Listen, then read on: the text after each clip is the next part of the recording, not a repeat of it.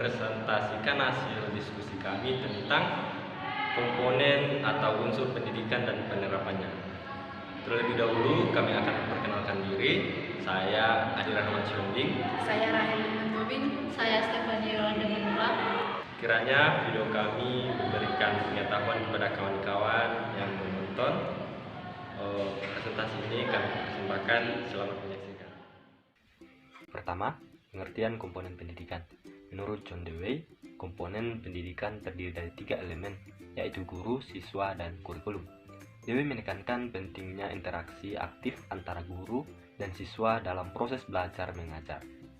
Yang kedua, menurut Lev Vygotsky, mengemukakan bahwa komponen pendidikan meliputi siswa, guru, dan lingkungan sosial. Ia berpendapat bahwa belajar terjadi melalui interaksi sosial dan berdasarkan pemahaman dan pengalaman bersama. Komponen pendidikan adalah bagian-bagian atau unsur-unsur yang mempengaruhi dan berkontribusi dalam proses pendidikan. Komponen-komponen ini saling terkait dan saling mempengaruhi untuk menciptakan pengalaman belajar yang efektif. Komponen pendidikan mencakup yang pertama, tujuan pendidikan, kedua peserta didik, ketiga pendidik, yang keempat alat dan fasilitas pendidik, yang kelima metode pendidikan, yang keenam isi pendidikan, yang ketujuh lingkungan pendidikan. Selanjutnya akan dijelaskan oleh kawan saya. 1. Tujuan pendidikan. Tujuan pendidikan merupakan suatu hal yang ingin dicapai oleh lembaga pendidikan melalui suatu kegiatan pendidikan. Tujuan pendidikan ini didasari oleh sifat ilmu pendidikan yang normatif dan praktis. Ilmu pendidikan sebagai ilmu pengetahuan normatif, ilmu pendidikan merumuskan kaidah-kaidah, norma-norma, dan ukuran tingkah laku manusia. Tujuan pendidikan dapat dilihat dari kurikulum pendidikan yang terjabar mulai dari tujuan nasional. Tujuan nasional adalah tujuan yang ingin dicapai oleh bangsa seperti yang dicantumkan pada pembukaan Undang-Undang Dasar 1945. B. Tujuan institusional. Tujuan institusional adalah tujuan yang ingin dicapai oleh suatu lembaga pendidikan. C. Tujuan kurikuler. Tujuan kurikuler adalah tujuan yang ingin dicapai oleh tiap bidang studi, yang pelajaran atau mata kuliah. D. Tujuan instruksional. Tujuan instruksional adalah tujuan yang ingin dicapai oleh suatu standar kompetensi dan kompetensi dasar. Dengan penjabaran tersebut, dapat terlihat bahwa tujuan pendidik atau guru dalam pembelajaran di kelas berkaitan dengan tujuan pendidikan nasional yang bersumber pada Pancasila dan Undang-Undang Dasar pada tahun 1945. Yang kedua, ada peserta didik. Berkembangnya konsep pendidikan berpengaruh pada pemikiran masyarakat terhadap pengertian peserta didik. Kalau dulu orang berpikir peserta didik terdiri dari anak-anak pada sekolah saja, maka sekarang peserta didik dimungkinkan termasuk juga di dalamnya orang dewasa. Maka dari itu dapat disimpulkan bahwa peserta didik adalah anggota masyarakat yang berusaha mengembangkan kemampuan atau potensi atau bakat yang ada pada diri mereka melalui proses pembelajaran yang disediakan oleh lembaga pendidikan dan pada jalur, jenjang, dan jenis pendidikan tertentu atau sesuai dengan usia mereka. Peserta didik dapat dididik karena mereka memiliki kemampuan atau potensi atau bakat yang memungkinkan untuk dikembangkan, mempunyai daya eksplorasi atau penjelasan dengan tujuan memperoleh pengetahuan yang lebih banyak dan dorongan untuk menjadi manusia yang lebih baik.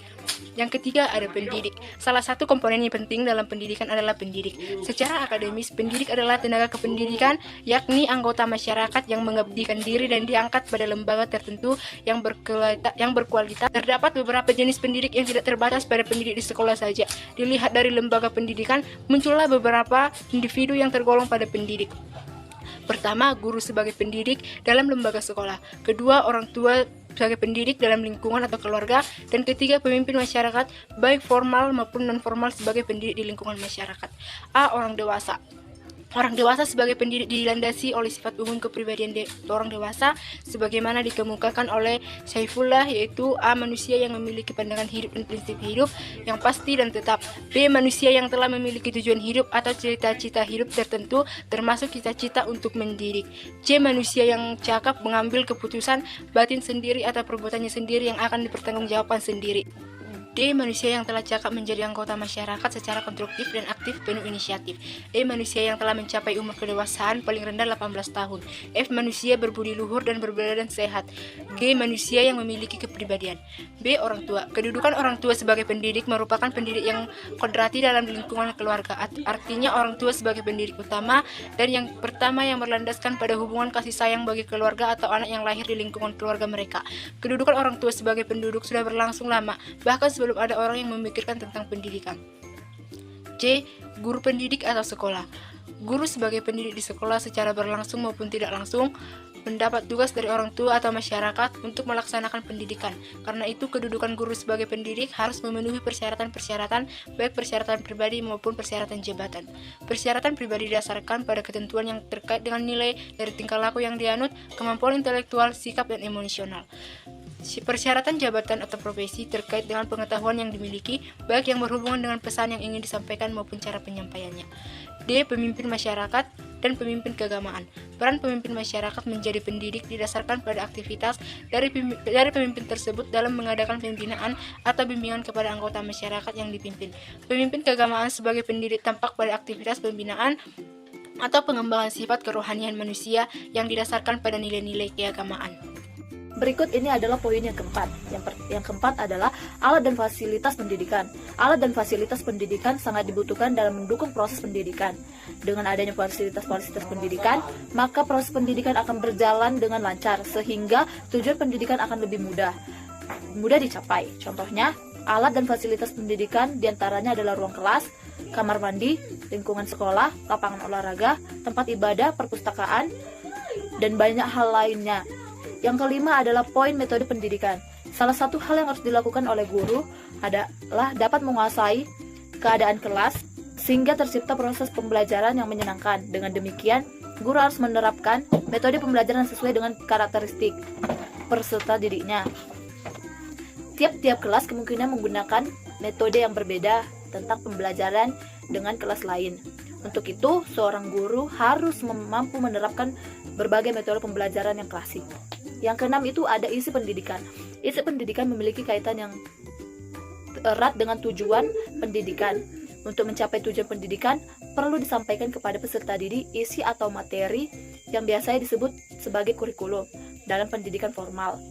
Kurikulum adalah perangkat mata pembelajaran dan program pendidikan yang diberikan oleh guru lembaga penyelenggara pendidikan dalam satu periode jenjang pendidikan. Macam-macam pendidikan tersebut terdiri dari pendidikan agama, pendidikan sosial, pendidikan keterampilan, dan pendidikan jasmani. Yang ketujuh ada lingkungan pendidikan. Lingkungan pendidikan adalah segala sesuatu yang ada di luar diri anak, yang ada di alam semesta, dan yang memberi pengaruh terhadap perkembangannya. Dengan kata lain, lingkungan pendidikan merupakan latar tempat berlangsungnya proses pendidikan. Lingkungan pendidikan dapat berupa benda-benda, orang-orang, keadaan-keadaan, dan peristiwa-peristiwa yang ada di sekitar peserta didik yang bisa memberikan pengaruh terhadap perkembangannya, baik secara langsung maupun tidak langsung, baik secara sengaja maupun tidak sengaja. Terdapat 3 unsur pusat lingkungan pendidikan, di mana lingkungan tersebut meliputi lingkungan keluarga, lingkungan sekolah, dan lingkungan masyarakat. Yang pertama, lingkungan keluarga. Lingkungan keluarga merupakan lingkungan yang pertama dan utama perkembangan kepribadian anak, yang berada di tengah-tengah kehidupan keluarga. Pendidikan yang paling banyak diterima oleh anak-anak adalah keluarga. Oleh karena itu, tugas utama keluarga dan pendidikan anak adalah peletak dasar bagi pendidikan akhlak dan pandangan hidup keagamaan. Yang kedua ada lingkungan sekolah. Sekolah adalah lembaga pendidikan yang secara resmi menyelenggarakan kegiatan pembelajaran secara sistematis, berencana, sengaja, dan terarah. Lingkungan sekolah disebut juga lingkungan kedua didirikan oleh masyarakat atau negara untuk membantu memenuhi kebutuhan keluarga, sehingga pendidikan di sekolah berperan sebagai bagian dan lanjut dari pendidikan keluarga, serta merupakan jembatan yang menghubungkan kehidupan dalam keluarga dengan kehidupan dalam masyarakat kelak. Yang ketiga ada lingkungan masyarakat. Masyarakat adalah sekumpulan manusia yang tempat tinggal di dalam suatu kawasan dan saling berinteraksi dengan sesama untuk mencapai tujuan tertentu. Karena lingkungan masyarakat itu sangat luas dan banyak berbagai pihak yang berperan dalam masyarakat tersebut, sehingga melakukan pengawasan dan pengontrolan yang lebih agar suasana lingkungan masyarakat dapat memberikan pengaruh yang baik bagi pendidikan anak. Masyarakat yang berperan aktif dalam bidang pendidikan dapat diklasifikasikan menjadi beberapa macam kelompok, berupa organisasi pendidikan sosial, politik, ekonomi, keagamaan, dan sebagainya. Semua kelompok ini perlu dilibatkan secara aktif dan membantu dan mendukung penyelenggaraan sebuah proses pendidikan. Demikian.